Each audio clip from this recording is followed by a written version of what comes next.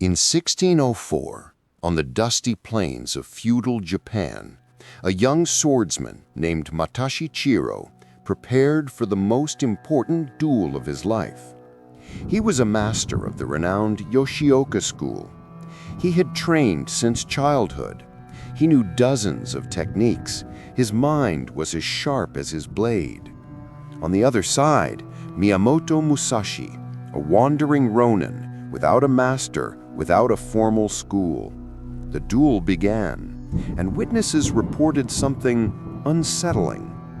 Musashi did not seem to be fighting. There was no tension on his face, no visible calculation, just response, as if his body knew exactly what to do even before his brain processed it. Musashi, on the contrary, analyzed every move, recalculated, hesitated, and in that split second of analysis, he died. Years later, Musashi wrote about that moment in the Book of Five Rings. He called it Munen, literally no thought or undisturbed mind, the mental emptiness where thought does not interfere with action. Kale read that story and didn't believe it. How can someone act without thinking and succeed? Wouldn't it be reckless? Because Kale was the exact opposite. He spent hours deciding simple things, which career to pursue, which project to start, what to say in a difficult conversation. He researched, compared, created mental spreadsheets of pros and cons, and in the end, he did nothing. Because there was always one more variable to consider, one more risk to calculate, one more catastrophic scenario to prevent. He thought this was being careful, but it wasn't carefulness. It was fear disguised as prudence. And fear, when it has access to the analytical mind, becomes an infinite monster, because there will always be something else to fear, always one more reason to wait. The result? A whole life on pause while the mind spins in circles. Modern Western culture values thinking well, but there's a brutal difference between thinking clearly and overthinking. Clear thinking identifies the problem, considers solutions, chooses a path, and acts. Overthinking identifies the problem, considers the 1,000 variables, paralyzes with possibilities, and never acts. Musashi was not anti-intellectual. He studied strategy obsessively, but he understood something our culture has forgotten. There is a time for analysis, and there is a time for emptiness, and mixing the two is a disaster. Thinking during action is as destructive as acting during planning. Each moment demands a different mental state, and overthinking is simply the inability to switch between these states. This video is about Munen, the ancient samurai wisdom that frees the mind from the prison of infinite analysis. But let me be clear from the start, Munen is not never thinking. It is not allowing disturbed thought to interfere when the moment demands action. 3 simple layers. Pre-action clarity, think everything through beforehand. In-action emptiness, mind clear of analysis. Post-action reflection, learn afterwards. When these 3 are properly separated, overthinking dies. Because overthinking only exists when you try to do all 3 things simultaneously, planning, executing, and evaluating all at once. This is not efficiency, it is self-sabotage. And by the end of this video, you won't just have less overthinking. You will be someone whose mind knows when to think and when to be silent. And in the mental silence during action, you will discover something that infinite analysis never revealed. Reliable intuition that emerges when thought stops interfering. Kyle discovered this, and the transformation did not make him more impulsive, it made him more fluid. Because fluidity is not the absence of thought, it is the absence of thought at the wrong moment. Kale had a high IQ. Everyone said he was so smart, but he was stuck for 3 years in the same life he hated. Because intelligence without action is a locked library full of useless knowledge. He saw all the possibilities. If I change careers, I might fail. If I stay, I will regret it. If I try Project A, I lose time on Project B. If I choose B, I'll never know if A was better.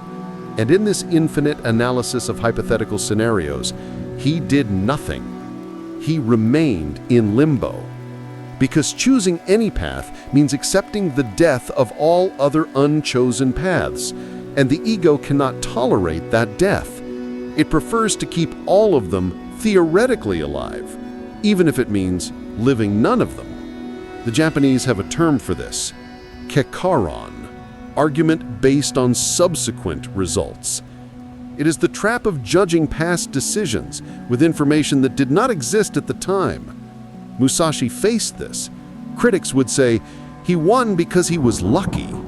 But Musashi knew every decision is a gamble with incomplete information. Overthinking tries to eliminate uncertainty. Impossible. So it creates an illusion of control through infinite analysis. If I think a little more, I will be certain. But certainty never comes because the future is fundamentally uncertain. The only certainty is whoever waits for certainty never acts, and whoever never acts never discovers if the analysis was right. Here is the brutal reversal that changed everything for Kale. Imperfect action generates learning. Perfect analysis generates more analysis. He tested it. He chose a path without being sure. He just decided based on the available information and acted. 3 months later, he realized the choice wasn't perfect, but it was good enough. And good enough plus action is better than perfectly planned plus paralysis. Because even the wrong choice generates real data that hypothetical analysis never would. You learn more by erring in action than by being right in theory. But overthinking rejects this.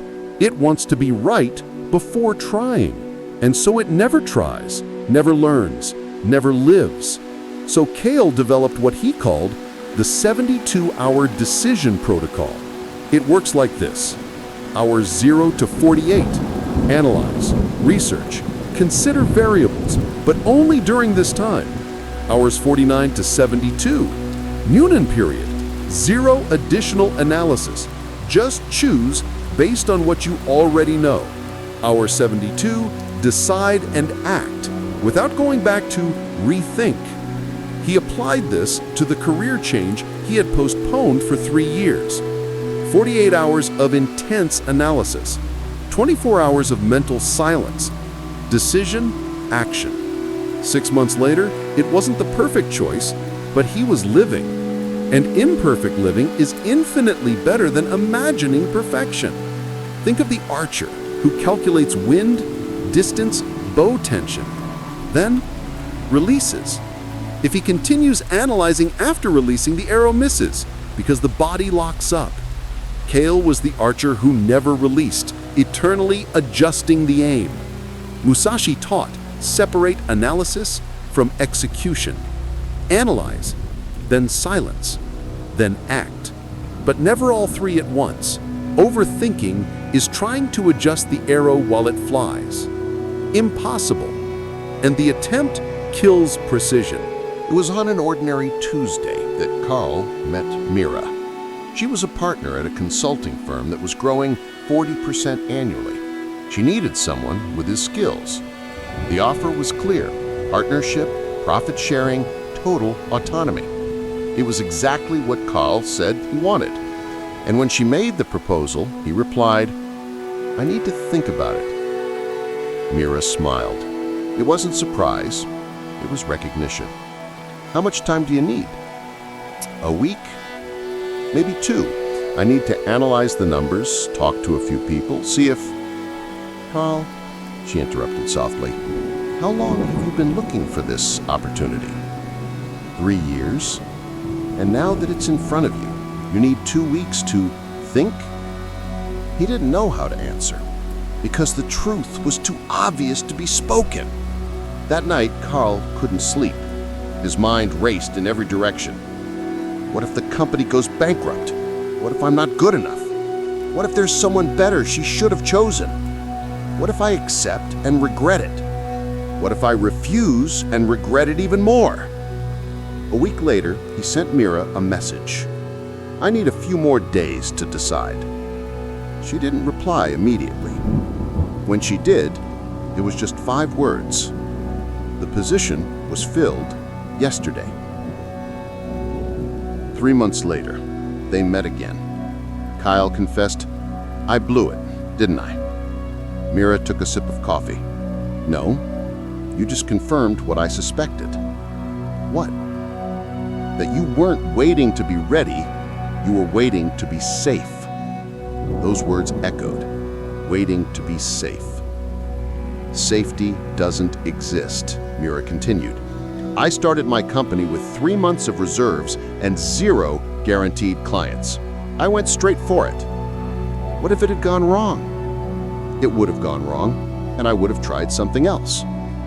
Kyle was silent, because for the first time he understood. She wasn't braver than him. She simply did not allow fear to lock up action. It was Mira who introduced Kyle to the concept of Munen. Musashi won 60 duels without losing any. Do you know why? Because he didn't think during the fight. He thought before and after, but never during. Isn't that impulsive? No. Impulsive is acting without preparation. Munen is acting without interference after preparation. She closed the book and looked directly at him. "You prepare too much and act too little. Overthinking is not a personality trait, Kyle. It's a habit, and habits can be broken." If you are recognizing these patterns in yourself and want to learn how ancient wisdom can liberate your modern mind, consider subscribing to the channel. Every video here is designed to integrate philosophy, neuroscience, and real practice. It's not shallow self-help. It's a path of inner transformation. For 2 weeks after that conversation, Kale ruminated. Not about the decision, that had already passed, but about all the decisions he would make in the future. What if I apply Munen and make an irreversible mistake? What if acting fast makes me miss something important? What if... He realized he was overthinking about how to stop overthinking. Meta paralysis. He called Mira. "You said Munen is acting without interference after preparation, but how do I know when I'm prepared enough?" Mira stopped walking. "That is the wrong question." "What do you mean?" "You will never be prepared enough, because preparation without action is intellectualized procrastination." She pointed to a tree in the park. "See that tree? If you wait for the perfect day to plant it, you will never plant it. The best day was 10 years ago. The second best day is today." And then something clicked. Kale wasn't waiting for enough information. He was waiting for enough courage. But courage doesn't come before the action, it comes during the action. "You aren't waiting to be ready," Mira repeated. "You are waiting to be safe, and safe you never will be." Munen is not recklessness. It is the recognition that every action carries uncertainty, and that uncertainty is a condition of existence, not a problem to be solved. Musashi knew this. In every duel, there was a risk of death. He didn't eliminate the risk by thinking more, he accepted the risk and acted with clarity. Clear thinking recognizes what can be controlled. Munen acts upon what can be controlled and lets go of the rest.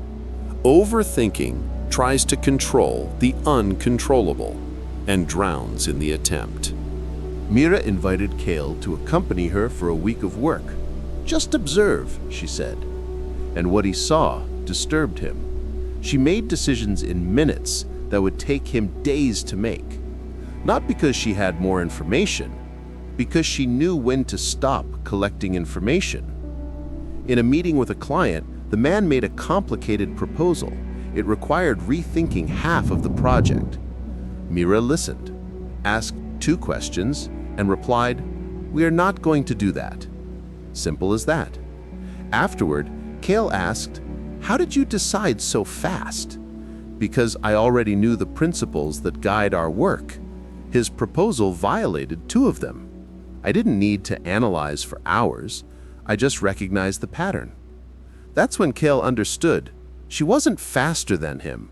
She had clarity of principles, and clarity of principles makes 90% of decisions automatic. Kale started small, choosing what to eat for lunch, 30 seconds, not 15 minutes. Answering an email immediately, not after I think about it more. Accepting or declining an invitation, decision on the spot, not let me check my calendar and I'll let you know. At first, it was uncomfortable. His mind screamed, "You're being impulsive. You need to think more." But he breathed, and he acted. And something strange happened. Most of the quick decisions were good. Not perfect, but good. And the few that were bad, he adjusted quickly. Because a corrected error is better than postponed perfection. At the end of the first week, he wrote, "I discovered that I don't need to have all the answers before acting. I need to have clarity about what I value and then act in alignment with that. The rest is just noise." Mira read it and smiled. "You are beginning to understand Munen." 3 months later, Mira made an unusual invitation. "Let's go to Japan. I want to show you something." They went to Kyoto, to Ganryurtima Island, where Musashi fought his most famous duel against Sasaki Kojiro. Mira was silent for long minutes. Then she said, "Musashi arrived here 3 hours late on purpose." Kojiro was furious, unfocused. Musashi was calm. Kojiro was thinking about revenge. Musashi was in Munen. He won even before he fought. They visited a Zen temple where samurai trained centuries ago. An elderly monk greeted them. Kael asked, "How does one achieve Munen?" The monk smiled. "Munen is not something you achieve. It is something you stop preventing." "What do you mean?"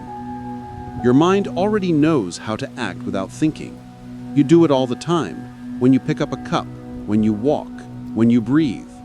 You don't think, 'Now I will bend my elbow 37 degrees. You just act. Munen is extending that quality to more complex actions, not by adding more control, but by removing the interference. The monk offered a simple practice, holding a wooden sword, swinging it, but with one rule. Do not think about how to swing. Just swing. Kael tried, and immediately his mind interfered. Am I doing it right? Is my angle good? This looks ridiculous. The monk observed. You are fighting against yourself. The sword wants to move. You are preventing it. Kael took a deep breath, emptied his mind, and swung. This time, it was different. Fluid, natural, effortless.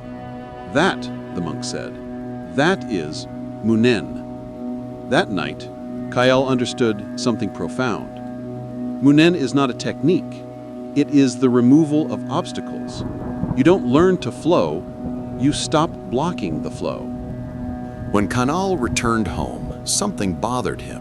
Munen made sense philosophically, but he wanted to understand, is there a scientific basis for this? And he discovered, yes, completely. Modern neuroscience calls Munen the flow state. Studies show that during flow, something fascinating happens in the brain.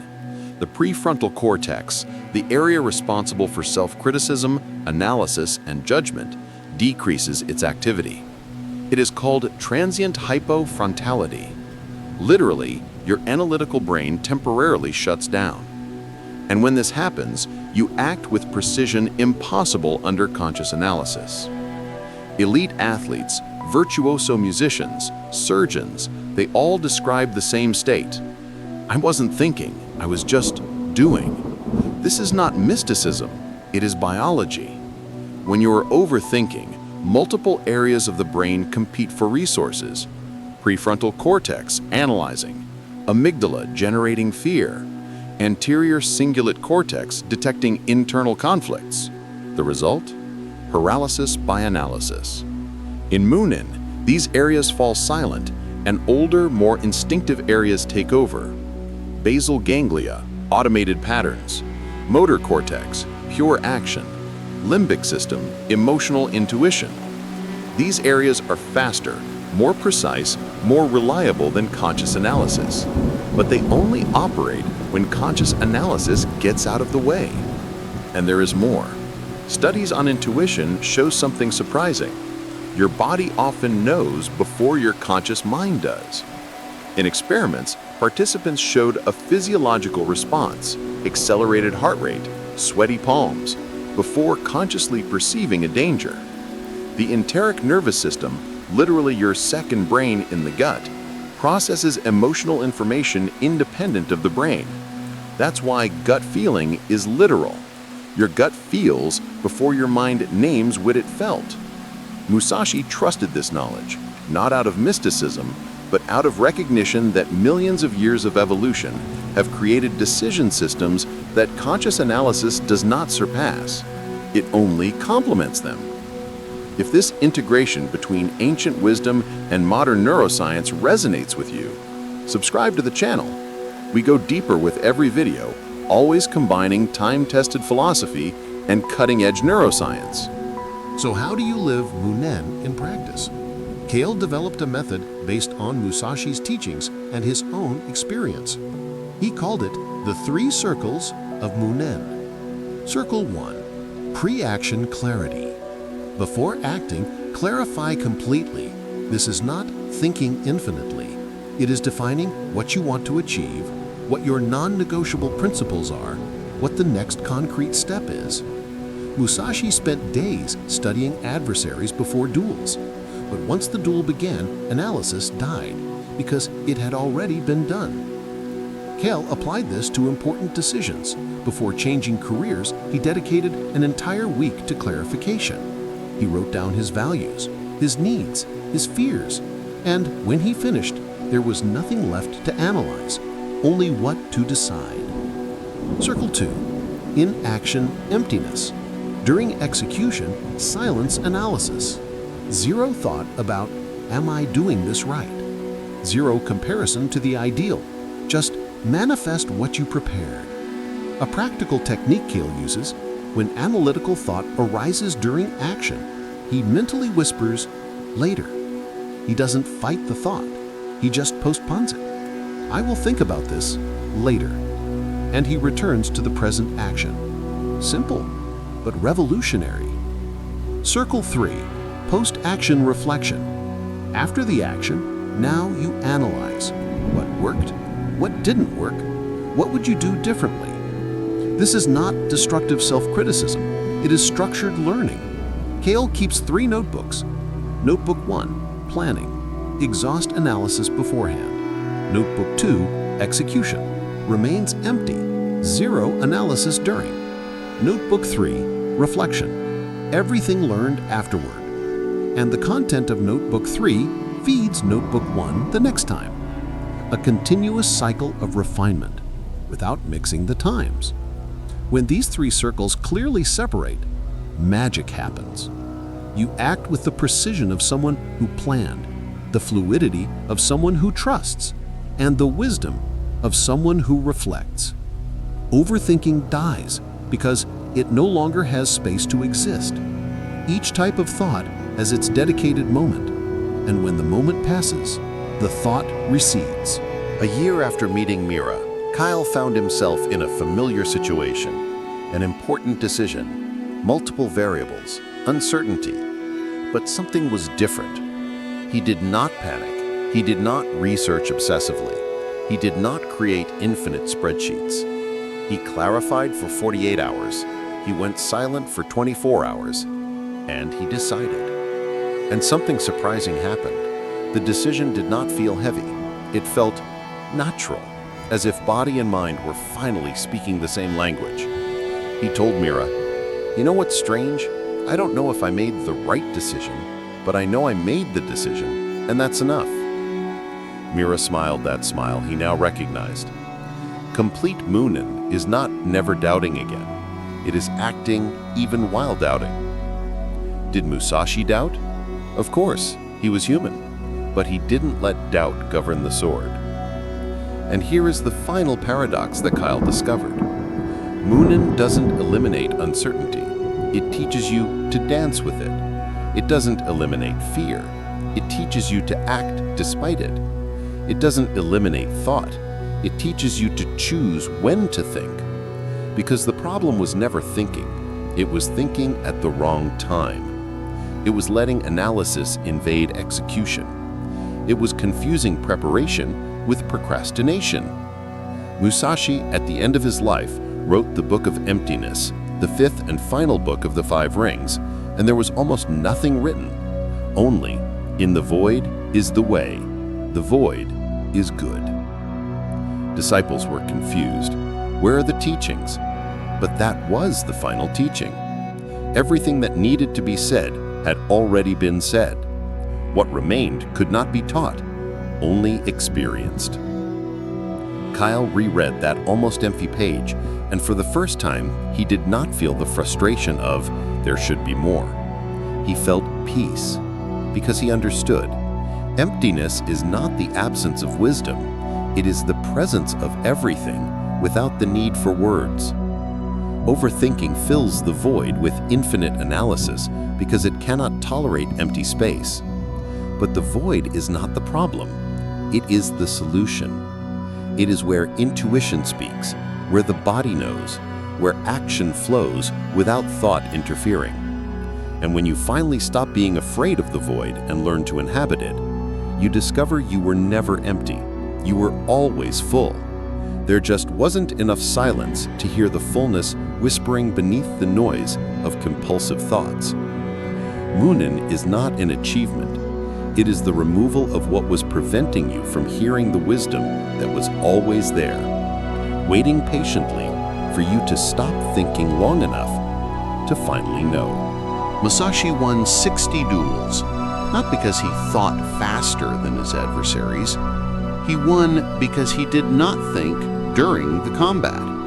He had thought before, deeply, but when the moment demanded action, thought died.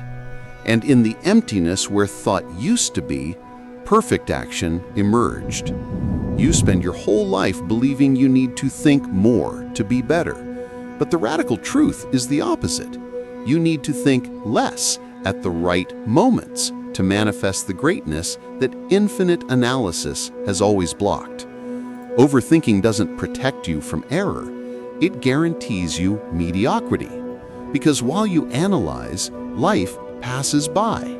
People act, opportunities close, and you, eternally preparing, never arrive.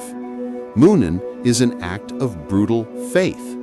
Faith that you, without obsessive analysis, are enough. That intuition, without needing to justify itself, is reliable. That imperfect action, without a guarantee of success, is better than theoretical perfection never tested. And when you finally let go of analysis and trust the void, paradoxically, that is when you finally stop failing due to overthinking. Because the failure of overthinking is not thinking too much and being right. It is thinking too much and never finding out if you would have been right. Munen gives you the courage to find out. And in the discovery, even if you err, at least you lived. And living, in the end, is the only goal that truly matters. If this journey resonated with you, there is more to come. Every video on this channel integrates ancestral wisdom, modern neuroscience, and real practice. Subscribe, turn on notifications, and leave in the comments, where is overthinking blocking your life right now? Kale started by recognizing the pattern. You can too. The void waits, not with fear, but with infinite possibility.